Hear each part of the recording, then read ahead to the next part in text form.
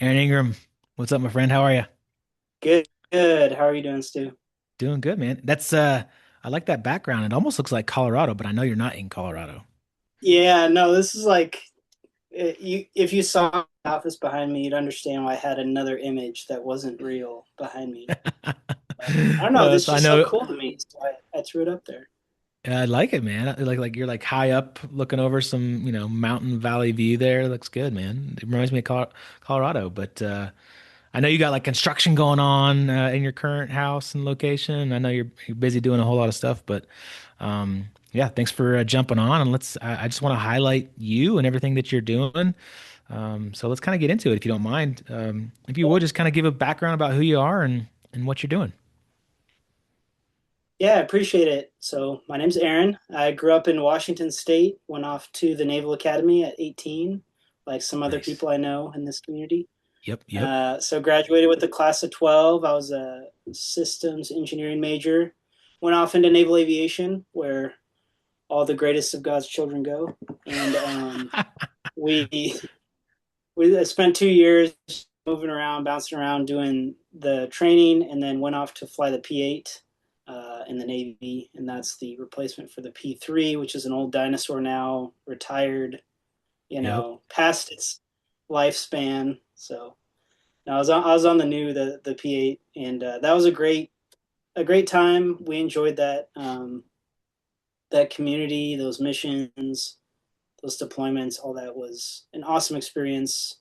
Had two kids on that first tour. We were pregnant with our third, and then I went off on my shore tour to Okinawa, Japan, where I was the station pilot. Um, Wow.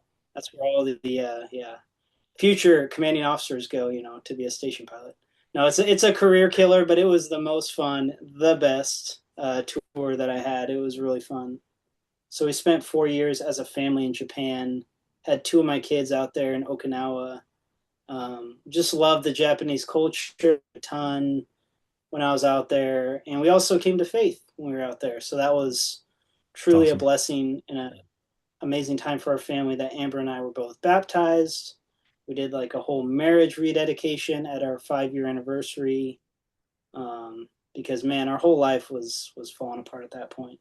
Before that, so yeah, it's a beautiful time of like just restoration, like new things happening for us, and yeah, did that tour and then got out of the Navy after COVID overseas and all of that fun stuff. And yeah, after the Navy, then that was a whole another experience that I know we'll kind of get into, but that was the Yeah, beginnings. what was that transition like? I mean, one, going from overseas back to the United States is a transition of itself. And then Yeah, two, deciding to get out of the Navy at that time, I'm sure is another challenge. I mean, for most would sure. probably guess that from your background and experience, that would be a walk in the door into the airlines. But I know you stayed flying, but you didn't choose directly that route. Kind of talk through that and Yeah, how I that went transition was for you. for sure. I went the roundabout way to it, and it's funny because I went through. I had spoken to Jason Anderson because I was like, I didn't know what I wanted to do, man. Yeah. So I was probably almost a year out from transition. I'm like, I probably should think about this and started looking at different options. And I was like, well, I know if I fly, I'm going to be gone from my family like all the time. Because I had buddies at this point, I had friends at the airlines or FedEx, UPS. I kind of have connections in all of these places. And I was like, I know I can get an in if I really Yeah. want to pursue that. Finish getting my ATP, and I had a good resume for going one of those routes. And at the time, everyone was hiring pilots like crazy. It was like one of the biggest hiring booms in when I got out in 2022. So yeah, 10 years in the Navy, figuring out the plan.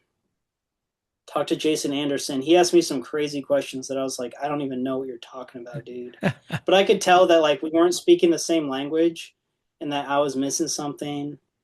And further conversations with him, I found out that there was a lot more to the transition than I was realizing. And there was this huge cultural gap between like Yeah. the military culture and normal business world, private sector culture, and I didn't know anything about negotiating a salary or profit and loss or like any of these things that matter to businesses and companies. Um, but I had been investing in real estate, so I kind of knew some of that stuff. Yeah. So anyway, I went through the journey, looked at different.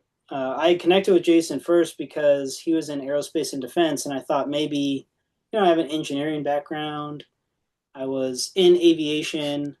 Maybe I can go in aerospace and defense, and that's like, a natural fit. And that would give me a normal schedule to be home with my wife and kids and all of that. That was the going in thought. And then I kind of did a survey of the aerospace and defense culture and environment before I got out, and I realized that it wasn't good.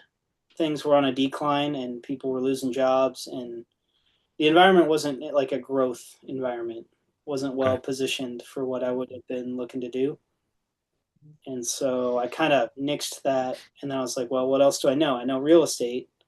And so I was like, well, what if I work for a real estate developer and I learn how they do things, and that'll give me this great like knowledge and insight to make my personal investing next level, and then I'll basically just full time do the real estate thing once I have, the knowledge and pull off whatever magical trick I thought I could do once I had that knowledge. Um, but that's not really how that worked out. I did get a job for a real estate developer, Okay. um, which was cool. I worked for a local small like real estate development company, and I was on the land development team.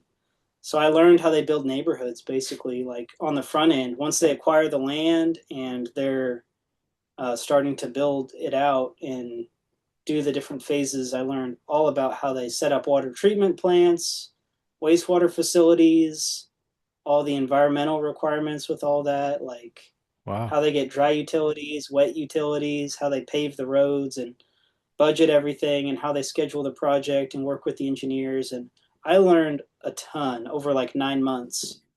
But during that That's same period amazing. of time after they hired me, like that's when interest rates really started ratcheting up. And I was a newly created position when they hired me. So if you know the private sector, it's kind of last in, first out is the motto. So I was the last hire. And so when they started laying people off, I was like the third or fourth person they laid off. They're like, yeah. I should have been smart enough. They called me in one morning, but I hadn't been through it enough. They're like, hey, we need you to meet with HR like 9 a.m. or whatever. And I roll in and I'm just, do to do. I have no idea. Anyone who's been around is like, oh, I'm meeting with HR this morning. Like, I'm getting fired. Oh no. Um, I just had no clue. I was so clueless. So yeah, I Yeah. walked in, I got fired, and I was just so in shock, man. They didn't even let me go back to my desk. It was like after the meeting in the conference room, like I had stuff in my desk and everything that I had to like get. I was like, can I go get that or like say bye to people? They're like, no, we kind of need you to go like now. It's like, well, Wow. that's kind of messed up, dude. I wanted to at least say Dang. bye to the people Kind I of worked with or cutthroat. whatever. Yeah. Yeah, so I learned a little bit about the private sector in that moment. Oh, and the crazy thing too is they had just had a Christmas party. So this happened at the end of December, and some funny things like in January is when they give out performance bonuses. So if you want to start painting a picture here, Yep. a lot of layoffs happened late December because of that. Um, so yeah, they had just had a Christmas party and stuff, and I felt like such an idiot because I had rented like a suit and brought my wife, and like we had did this whole thing, like shook everyone's hand and all this schmoozing, and I was like, how many people at that party knew I was getting fired like that next The Monday next, or oh whatever? man.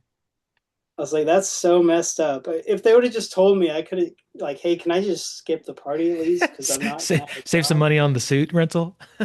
Yeah, right. So anyway, I had that experience, and that was very humbling because that was, um, I didn't think I was like, the greatest ever, but I knew my background, and I knew that that job and the money I was making was less than I could achieve in other avenues. And Yeah. so to me, I was already humbling myself to like take that position and hopefully work my way up and gain this knowledge. And I think I was doing it for the right reasons. but obviously just didn't work out. So that was even more humbling to take a job that's like, that position and then you get laid off and you're like, man, I must really suck. um, but anyway, I started working with Jason actually after that as kind of a contractor. We made an agreement and he was trying to grow things with PreVeteran. And so I helped him for almost a year, build out some things with that company and automate things, content. And I learned a ton about kind of small business from that. And that was a great thing. And I got to work from home, which was a great thing for the family. Um, and so, yeah, we wrapped that up as the year was growing to a close. I guess maybe paranoia from the last job or whatever, but I knew the money coming in versus the money he was paying me. And I was like, well, there's going to be an evaluation at the end of the year. And I think the calculus is going to be like, I Yeah. cannot be afforded anymore until things turn around in a positive direction for money coming in the door. And so I think because of that, I was like, man, I really miss flying. And I started looking at jobs. And that's when I got the awesome job I have now. So I got my medical up to date, got my first class, um, started like studying approach plates again. I'm like, how do you even brief an approach? I forgot. And, looking at just stupid things. And yeah, and this job at A&M popped up. So apparently colleges and universities, some of them, the big ones, have aviation departments and they Okay. hire pilots to fly these planes. And I was like, that's wild. And so That's I pretty cool. applied and I was like, there's no chance, no way. But then chief pilot Because called you've me, been we out of did the a phone cockpit for screening. you've been out of the two cockpit for a while, years. right? Yeah, I Yeah. hadn't flown in 2 years. So I told him that up front when he called me on the phone. I was like, yeah. But the chief pilot was a Navy guy. So I was like, oh, maybe he understands, kind of where my background and that might be Yeah. a helpful in. And then I saw that one of the other guys that flew for them was a Navy pilot as well. It's like, okay, maybe there's something here, but super small flight department. There were five at the time. There were five guys, no, four guys, and I was getting hired in the number five position. Okay. Anyway, the job posting was there. I applied, phone screening with the chief pilot. That went good. He invited me to a final interview in person, and there were two other candidates. And I was just so nervous for that man. I was like, I thought I was going to blow it. I was like, young guy. Most people probably have more hours and experience than me. And they're probably looking for someone senior in this kind of a job. But sure enough, I was just honest with them throughout, and I guess they liked me in the interview, and so they offered me the job. And so I got started in October of 2023, and yeah, I've been Okay. with A&M since then, flying That's for great. Texas A&M University, and that's been an incredible job because it's almost all day trips. I'm home every night, That's and awesome. even though it's like a weekly schedule that can be, you know, uncertain at times, it's still I'm home way more than I'm not, and I think for what they pay me, it's certainly worth it That's for doing amazing. what I'm doing. Yeah. That's cool, man. Well, and you had mentioned, and the whole reason you're in Military Investor Network is kind of the real estate side of things. Um, Yes, sir. what talk about that? Tell me why real estate and kind of what you've been doing in that space. Yeah. So my trajectory, to kind of rewind, when I was based out of Jacksonville, Florida, doing those first deployments, Yeah. I had a house out there that I bought, like my first home I bought. We decided to move as our family grew, and when we did that move, I did the calculation. I was like, I don't want to sell this first house. There's some equity, but not for the effort we put in. We renovated it and stuff, and so I was like, hey, what if we rent it out? Um, Crazy idea. Because I found out Yeah. I could get a second VA loan. I was like, oh, I can get a second VA loan, buy a second house, rent this first one out.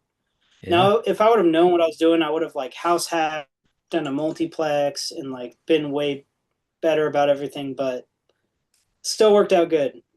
So yeah, we self managed and rented that house out, moved into a new house.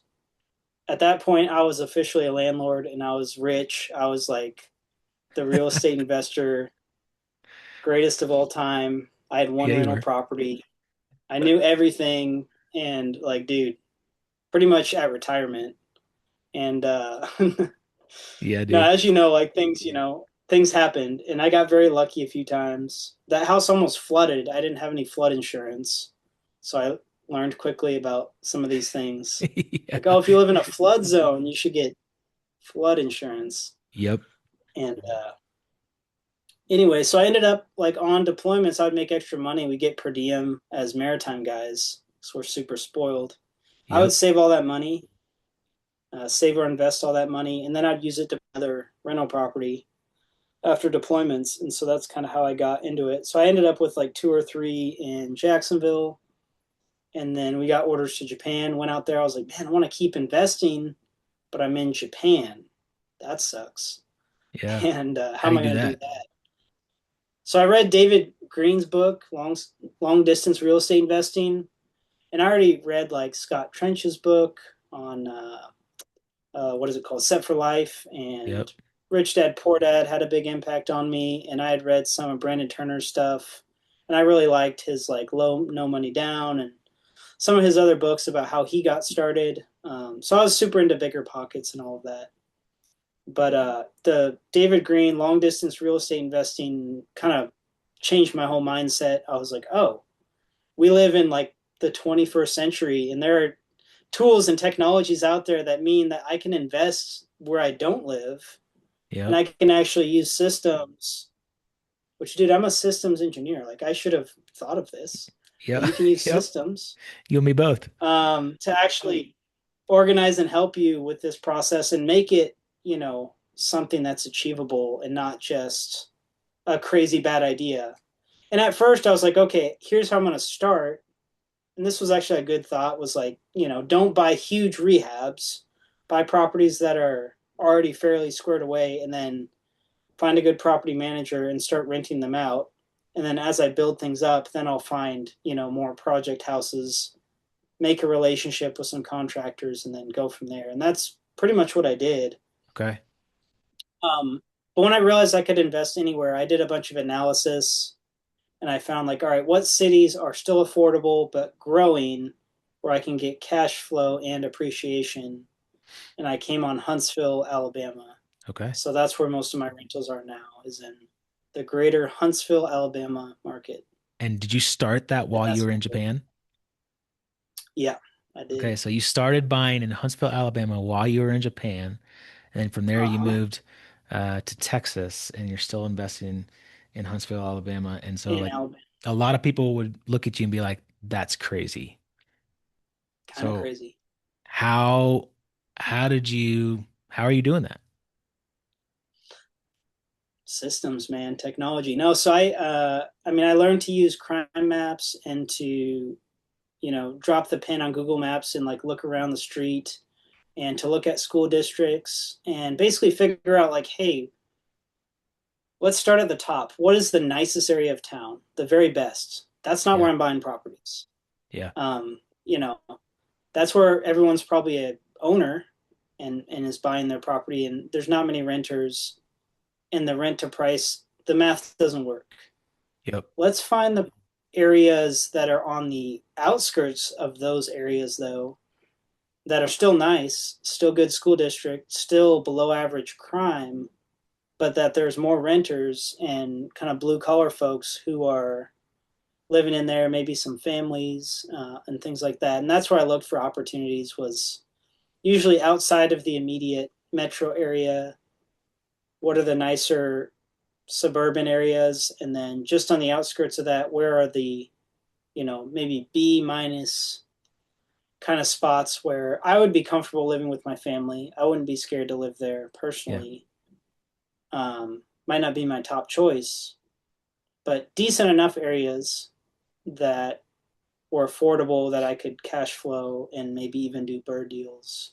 And so that's what I looked for, and that's what I found. And then, yeah, interviewing property managers from there, kind of vetting them. I had a series of questions for them, like, how many properties do you manage? How long have you been doing this? Do you only manage properties? Are you also a realtor and have like all this side stuff going on? Are you focused yeah. on management? Um, Have you done an eviction before? What's the eviction process in your state? What does that look like for you? Let's talk through all the fees and the fee structure. And anyway, I go through all of this stuff, and I think through those questions, they showed their competence or not. And then I Yeah. also knew from their responsiveness how they communicated. And so I narrowed it down and found a really great property manager that way, using some systems and running it like a business. Love it. Um, I found a good one, found a good realtor the same way. And then I used those relationships to help find good contractors because I had already vetted the people who were going to be the manager and the realtor. And they actually ended up working in the same office, in the same Nice. firm. And so I could use those relationships to be like, okay, who do you know in construction? I'm going to Yeah. have some projects. And so I started building those relationships that way. And that's been great. So who would you say is like your team? Like what positions do you need to have as a team when you're investing out of state, like what you're doing? Yeah, I mean, for me, number one is property manager because they know the neighborhoods, the areas. They can tell you what actual rents will be because they'll be the one managing it. They can tell you yes or no when it comes to, don't invest here. Like, yeah, this is a decent area. And sometimes they can help you check out a property or walk it or whatever. Sometimes they'll go above and beyond and do some extra stuff for you too, which is great. And obviously they're vetting your tenants and everything like that, which is securing your properties that you'll be buying. So super important to me, property manager number one. Number two, realtor, similar feedback. They can give you comps and ARVs and know the market. And if you have to sell, you need someone who's good that can sell one of your properties if it comes to that. So number two there, and then number three was the construction side, and that kind of flowed from those other two relationships, like I said. So I started off, having them do some small projects, see how they did, and and then if they had built my trust over those smaller projects, then I kind of gave them a little more. And I mean, now I have guys I'm doing $90,000 rehabs with that, when we start the project, I wire them like half the money up front. And I was like, all right, let's get going. Let me know when you run out of this money. And I have them send me pictures and I check their work and my property manager checks in on them. But there's a level of trust that's been built up there. Um, so yeah, I basically just find the deals. That's all I do now is I find the deals and I fund them. And that's it, man. That's great. So where are you now? How many do you how many rental properties do you have and what's that look like? Yeah, so I have 11 right now in Alabama, and I actually Okay. ended up with one rental here in Texas, a house that I couldn't get rid of and sell that just became a rental, one of those. Okay. Yeah. And then my primary here, so I guess that's 13 properties in all. Did you still Um, have any in Jacksonville or did you sell those? no, I got rid of those. That became an issue with insurance mostly. Yeah, property insurance out in Florida, especially on the coast, got really wonky and crazy to Yeah. where insurers were just canceling my policy um, out of the blue, Wow. and I was having to find a new one at like a twice as high rate, and it just got crazy. So I'm like, I'm out of here. I had some equity in those properties. I sold them and got out of Florida. Gotcha. But Florida, it's a So great market for some people. yeah. So out of all those investments, I know you've had some base hits, maybe some home runs, maybe some duds. What's been your best investment so far? The best is probably a 4 unit I bought in Huntsville in 2019. Okay. Man, that thing's just been crushing it ever since I bought it. Just great cash flow. Yeah, great cash flow. It stayed occupied. We've done some repairs and renovations to it, but um, I mean, it's at least doubled in value since we bought it, and I'm able to pull a couple $1,000s a month off of that property. So That's no awesome. complaints on that one. It's been great. And you got in there. I'm sure the what is it? Is it Air Force or Space Force headquarters has decided to move to Huntsville? I'm sure that has helped quite a Yeah, bit. that's the word on the street. I haven't seen any like real impacts yet from Okay. that, but I think it's coming. So. That's awesome, man. Yep. What about your worst investment? Have you had any Oh bad ones yeah. out there? I love talking about the losers even more. Yeah. Yeah. I love talking Those about the never happen, losers even right? more. It's more fun for me. Yeah. Okay, so we bought a property in Round Rock, Texas. Okay. And I don't want to take up too much time here, but a lot of drama with this one. It was during COVID. I was in Japan. I wouldn't get the COVID vaccine and was like fighting the military with all of this. I had an approved SkillBridge internship at a firm called Cushman and Wakefield, and Yep. I was going to be interning with them for 6 months out of Austin. And so we decided, okay, we're moving to Austin, Texas. We need a house. Let's just buy a house. And so we bought a house in Round Rock. At the time, the market was like peak crazy. People were doing like 20% over asking to even get Yep. a chance to buy a I remember property. that. So we bought like 10% over asking or something. I don't know. But this property we hadn't done adequate research on, and we just I don't know what we were thinking. I'd have to rewind into my brain to figure out like what were you thinking? I don't know. It's only going up, right? It's like when That's things right. were going that way, it's like, oh, I need to buy now because it's going to be another 50% higher in like a month, you know? And no, Yeah, it right. turns out no. Yeah. So market kind of turned around there. So that property probably lost 20% of its value like pretty quickly after we bought it. And then it had all of these issues. I mean, we had to do a foundation remediation and repair. I had to tear out and re-pour the driveway, roof repair. I avoided a whole roof replacement, but narrowly, and all kinds of plumbing repairs from the foundation remediation because once they move a house like that, it breaks pipes and things. Yeah. And so, um, and then we had this big dream of like expanding it and like adding square footage and stuff. And so we had done some like architectural drawings. We paid this architect like $5,000 or $6,000 to like make all these cool drawings that we were gonna do.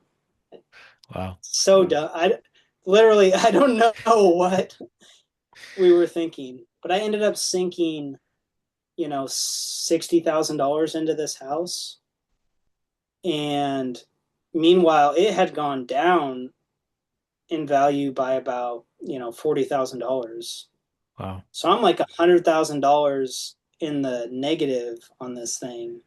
And I mean, things turned around a little, but I think I ended up selling it for probably all in all a 60 to $70,000 loss. Wow. Just the worst. I rented it out for like 2 years. Um, Little to no cash flows, kind of a break even deal, and then yeah, and then I took the L for like 70 grand. Yeah, foundations are a big deal in Texas. Lots of movement. And property taxes probably didn't help a whole lot either, for your Yeah. property for cash flow. Oh, wow, That's man. the great thing about Alabama is my property taxes there are very low. In Yeah. Texas, I get crushed. Yeah, man, for sure. Well, looking back, a couple last questions for you. Looking back, if you had to do it over again, what advice would you give yourself? What advice would you give your younger self or someone listening to this that's, 10, 15 years younger than you? Yeah, I mean, before I had kids and all that stuff, I definitely would have house hacked a multi-unit just because that's such a financial game changer. For I don't really sure. care what city you're in. I mean, if you're in a city with people of, Yeah. any decent size where there's any rental market, like buy a 2 to 4 unit, rent them Especially out. military with VA loan, right? Yes, because you can do low or no money down and move out of that thing, and that's going to be a cash cow for the future. And that would have been a game changer. So I kick myself that I didn't do that, and I would have done that. And Scott Trench talks about it actually in his book Set for Life. If you can get your housing costs down, Yep. we talk about like not getting your Starbucks in the morning as a financial thing. Shut up with that. Stop. That's not gonna. Your $3 a day isn't gonna appreciably change your future in 5 or 10 years. But I guarantee you that taking the biggest part of your budget, which is housing, the Yep. average American budget is 30% on housing. and 20% on transportation. If you can get that 50% of your budget to shrink it like way down, I mean, if you get that 30% to zero and you're able to save 30% of your income now, suddenly, And then like, go dude, invest that it. is a crazy game changer. Oh, yeah. Yeah. That's what I would have done if I could go back. Oh, that's great advice, man. That's same. I'm in the same exact boat. Wish I would have bought properties in Pensacola and Corpus Christi, like, and Yeah. then just kept those, house hacked the entire time and then kept those as rentals. Yeah, same, man. But you can't look back. Always just looking forward. You're doing great stuff. Last question. What would you tell other people that are watching this? What would you ask of the Military Investor Network? Anything that you want to say? You can promote yourself, whatever you want to do. Yeah, I mean, I don't really have anything to promote other than, I continue to do deals and, private money, something we've talked about. Yep. I've been using a hard money lender because it's very convenient and smooth transaction. But if I can find and build a relationship with a private money lender that I can do deals through, I think that would be a great thing moving forward and helpful to me and to that person because I Yeah. give a lot of money to a bank that doesn't care about me. I'd rather give it to somebody who knows me. Um, Yep. so that would be a cool thing and something I'll promote. Hopefully, when I have deals coming up here, I'll try to post them up and then see if anyone is interested Yeah. uh, in that. And then what else? Man, I would just say like we were talking about before the camera was rolling. Continue to evaluate your priorities in life, and Mm. you know, don't get caught up chasing after money or chasing after some goal to the detriment of your family, your wife, and your kids, because I guarantee you'll regret that. And I'm Amen, happily brother. married, got, my four kids. We homeschool, we're very busy, but with all this stuff going on, I'm constantly trying to bring our focus back to our family and to us and to how we can build positive memories with our kids in the time that we have them, and also to disciple them, to teach them, and to train them to be ready for the world because we live in a crazy time, man. I don't know what it's going to look like in 10 Yeah, years dude. when my son is going out there into the world, but with AI and wars and just all the things that are on the horizon, I want him to know the spiritual truth of this world that he's in, and just have his eyes open with that, and then also try to help him be an entrepreneur and explore different business opportunities. And if he can lessons on, he can do what I didn't do, and he can maybe start his own business and be successful with that. And I think if I can teach my kids a little bit of that, that would be a great thing for them. Yeah, dude. I love it, man. You and I are on the same page and have made similar decisions on some career and, you know, opportunities to put family first. So you're on the right track, dude. I love having conversations with you. I appreciate you being in the group and offering value. And yeah, man, just congratulations on all of your success so far and keep plugging away, dude. Appreciate it. Yeah, I'll give you guys updates, like I said, with new deals. And then as I construct this house situation that we're building, I think it'll be cool to show everyone too. So, Yeah, dude, uh, for sure. That'd be super cool. yeah, Well, please Aaron, reach thanks, out if man. you're from Texas, in Texas, any Texans, reach out. Let's talk. For sure. For sure. All right, buddy. Thank you. All right. See ya. See ya.